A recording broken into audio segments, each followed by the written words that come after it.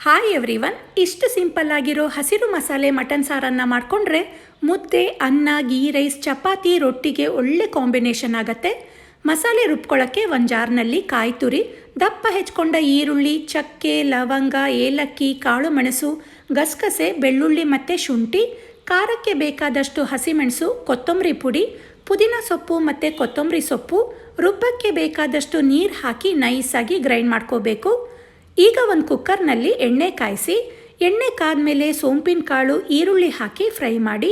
ನಂತರ ಟೊಮ್ಯಾಟೊ ಹಾಕಿ tomato fry ಆದಮೇಲೆ 3/4 kg mutton ಹಾಕಿ ಇದಕ್ಕೆ ರುಚಿಗೆ ತಕ್ಕಷ್ಟು ಉಪ್ಪು, ಅರಿಶಿನ ಹಾಕಿ ಒಂದು 10 ನಿಮಿಷ ಮಟನ್ನ ಬೇಯಿಸ್ಕೊಂಡು ನಂತರ ರುಬ್ಕೊಂಡಂಥ ಮಸಾಲೆ, ಸಾರಿನ ಕನ್ಸಿಸ್ಟೆನ್ಸಿಗೆ ಬೇಕಾದಷ್ಟು ನೀರು ಹಾಕಿ ಮಿಕ್ಸ್ ಮಾಡಿ 4 ವಿಷಲ್ ಕೂಗಿಸ್ಕೊಂಡ್ರೆ ಒಳ್ಳೆ ಘಮ, ತುಂಬಾ ರುಚಿಯಾದಂಥ ಹಸಿರು ಮಸಾಲೆ ಮಟನ್ ಸಾರು ರೆಡಿ ಆಗತ್ತೆ.